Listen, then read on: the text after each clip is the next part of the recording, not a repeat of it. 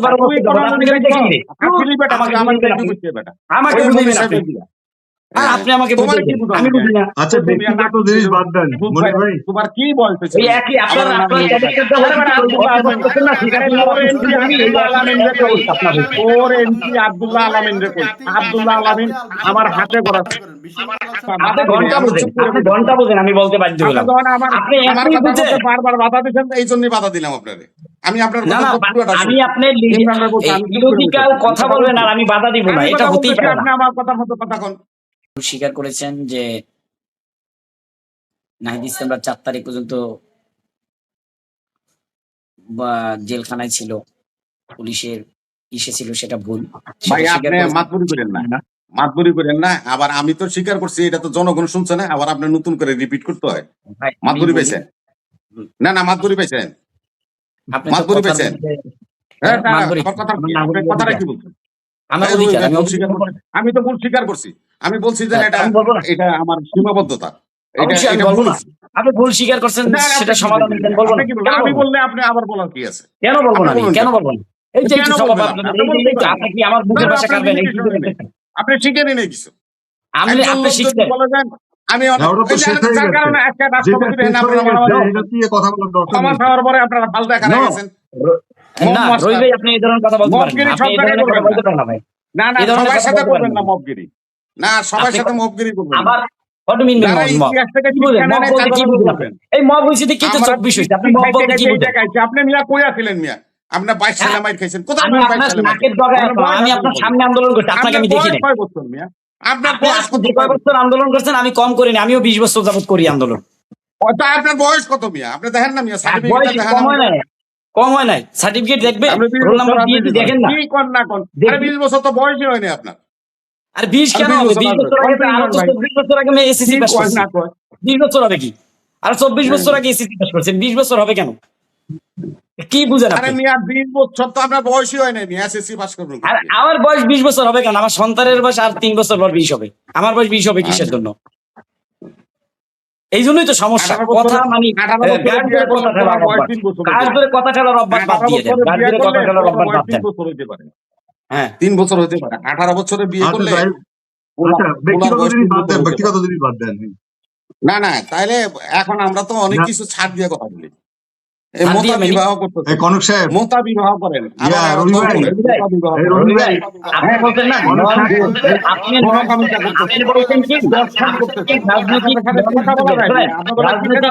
Political norms আপনি বুঝেন, political norms আপনি বুঝেন। আরে আমরা বুঝি থেকে আপনার লোক কইছি। হ্যাঁ, আপনি বুঝেন, আপনি ঘন্টা বুঝেন, আপনি ঘন্টা বুঝেন, আমি বলতে বাধ্য হলাম। আপনি আমার কথা বলতে বারবার বাধা দিচ্ছেন, এই জন্যই বাধা দিলাম আপনারে। আমি আপনার কথা পুরোটা আমি আপনার ইলজিক্যাল কথা বলবেন আর আমি বাধা দিব না, এটা হতেই পারে না। আপনি আমার কথা মতো কথা কোন। না না, আপনি তো ইলজিক্যাল বাধা দিয়েছেন আমাকে। আমি আপনাকে বলছি আপনি যেটা ভুল বলছেন, ভুলটা অবশ্যই অবশ্যই স্পষ্ট। আরে আপনি লোক সম্বন্ধে জানেন না কি? কিছুই জানেন না আপনি। কি জানেন আপনি? জানেন আপনি কি জানেন? আপনার বর্ণনার কাছে কোনটা? হাসনাত আব্দুল্লাহর কাছে, সাজ্জিদের কাছে আমার নাম কোনটা জান?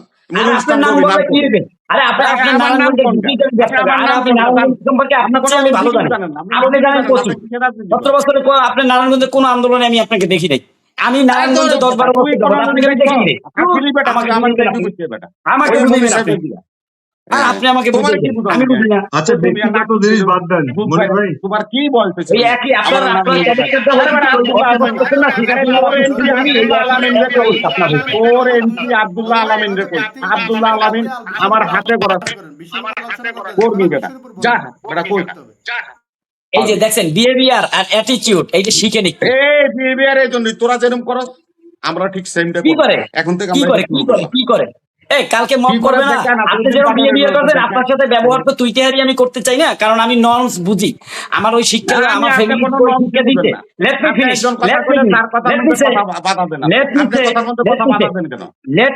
গতকালকে জুলাই অভ্যুত্থানের ডকুমেন্টারিতে যখন আমাদের নেতাকর্মীরা ওই যে ভেটো দিছে, সত্যটা উন্মোচন করছে, তখন আপনি বলছেন মব। যখন এই রাষ্ট্রের জুলাই অভ্যুত্থানের এই যে একদম পুরো 6 জুন থেকে, আর আপনি তো নদী কেন 6 জুন থেকে কোটা নিয়ে শুরু করলো, কোটার পরবর্তীতে অসহযোগ আন্দোলন, অসহযোগ থেকে 9 দফা, 9 দফা থেকে 1 দফা এবং সরকার পতন, এটাকে আপনি বলবেন মব। আপনারা আপনি এটা মবের কইছেন মব। সংজ্ঞা দেবেন তো এটা, সেই মবের ফলেই তো আজকে আজকে আজকে আপনাদের দল ক্ষমতায়। রাষ্ট্রপতি মব রাখেন পিছিয়ে কথা, আপনি মাতবরি করেন না। আমি বলছি রাষ্ট্রপতির সামনে যেটা করা হয়েছে এটা মবের একটা উদাহরণ। কিসের এটা মবে তো ঠিক বলছেন? হয়নি, এটা এটা তো না, এটা তো না, ঠিক হয় না, আমি বলি ইমরান ভাই, ইমরান ভাই আপনাকে একটা জিনিস বলতে হবে। আমি কথাটা বলছি, আপনি আমি কি আপনি জুলাই আপনি আন্দোলন বলেন বা আগে আপনার পরে কোনো সামনে, কথা বলছি?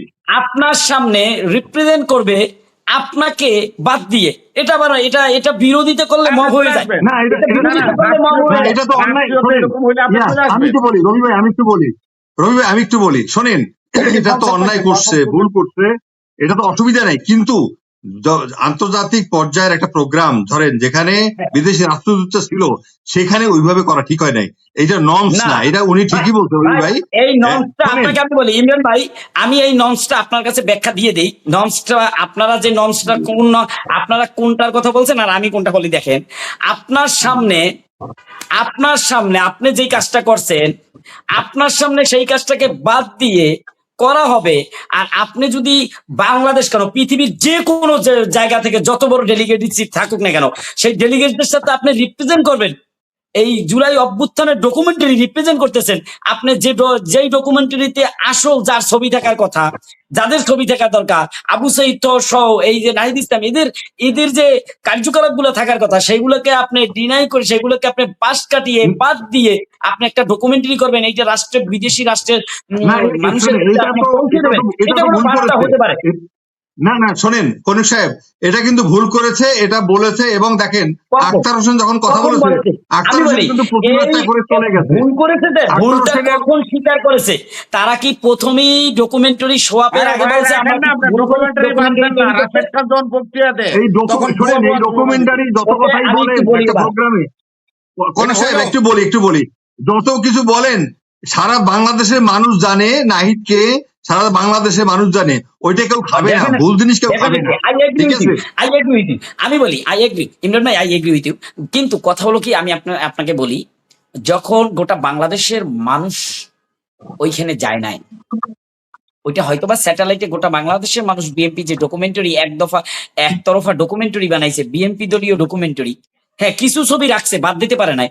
তো এই যে ডকুমেন্টারিটা, এই ডকুমেন্টারিটা শো আপ হলে পরে একদম পুরো ইউরোপিয়ান ইউনিয়ন বলেন আর গোটা বহির্বিশ্বের সাথে, যাদের সাথে আমাদের যে ডেলিগেটসরা আসছে, ওইখানে যে গেস্টরা আসছে বহির্বিশ্বের, সে সম্মানিত গেস্টদের সাথে সামনে আপনি যখন একটা জিনিস শো আপ করবেন, ধরেন আপনি, আমি আর রবি ভাই আর মনির ভাই 4 জন আছি, 4 জনের ভিতরে আপনি রবি ভাইকে রাখলেন, মনির ভাইকে রাখলেন, কিন্তু ইমরান ভাই আর এই কনক ভাই, এই আমাদের দুইজনকে আপনি ডেলিগেটস এর সামনে প্রেজেন্ট না করে আপনি এই দুইজনকে প্রেজেন্ট করলেন, তাহলে ডেলিগেটসরা ভাববে যত কিছুই হোক অ্যাজ এ ডকুমেন্ট। কারণ আপনাকে মনে রাখতে হবে প্রিন্ট মিডিয়া ইলেকট্রিক মিডিয়া দুইটার মধ্যে আলাদা। কারণ পেপার কাটিং এ যদি আপনার নাম থাকে, ওইটা ডকুমেন্ট হিসেবে আজীবন রাখা যায়, কিন্তু টিভিতে যে কোনো মুহূর্তে ওটা ডিলিট করে ফেললে আর ডকুমেন্ট থাকে না। ওই স্ক্রিনশট ওটা কোনো ডকুমেন্টারি না, কারণ আপনার এভিডেন্স কি, ওটা হতেই পারে, ফেকও হতে পারে।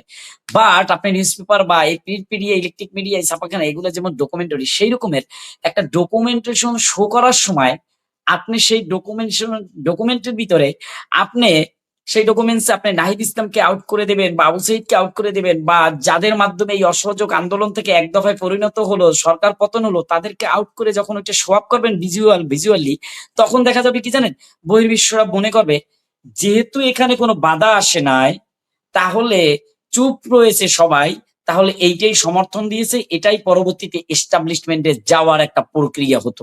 তো ওইখানে শুধু ওই যে প্রতিক্রিয়াটা দেখাইছে, এই প্রতিক্রিয়াটাকে মব বলা যাবে না বা মব কালচারের মতোও বলা যাবে না, এটা সত্য উন্মোচন করার জন্য তারা বলেছে।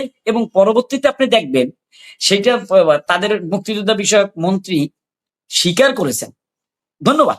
এবং আপনি দেখবেন স্বরাষ্ট্রমন্ত্রী ভালো ভূমিকা রেখেছে, যে যখন দেখছে সে এই কালচারটাকে, সে এই জায়গায় এটাকে থামাতে পারছে না, তার থামানোর সীম অতিক্রম করে ফেলছে। তারপরে দেখেন একজন পুলিশ, ওই জায়গার একজন প্রশাসক বলছিল তাদেরকে কি আমরা বের করে দেবো, স্বরাষ্ট্রমন্ত্রী, সেই ল্যাঙ্গুয়েজটা কিন্তু আমাদের কাছে আছে সেট করা, স্বরাষ্ট্রমন্ত্রী বলছে না না, তখন আক্তারকে ডেকে নিয়ে তাদেরকে থামানোর চেষ্টা করেছে এবং আক্তার হোসেন, বিপ্লবী আক্তার হোসেন সদস্য সচিব, তার এই বর্ণাঢ্য রাজনৈতিক জীবনে দেখেন গতকালকেও যে তিনি শালীনভাবে সম্মান প্রদর্শন করে প্রত্যেকটা স্টেপে যে কথাগুলো বলেছে, যে এই 6-7-8 মিনিট প্রত্যেকটা কথা মূল্যবান কথা বলে এসেছেন। দলের দিক থেকে, রাষ্ট্রের দায় থেকে তিনি তার বক্তব্য সমাপ্ত করে সুন্দর করে তিনি ওখান থেকে চলে এসেছেন।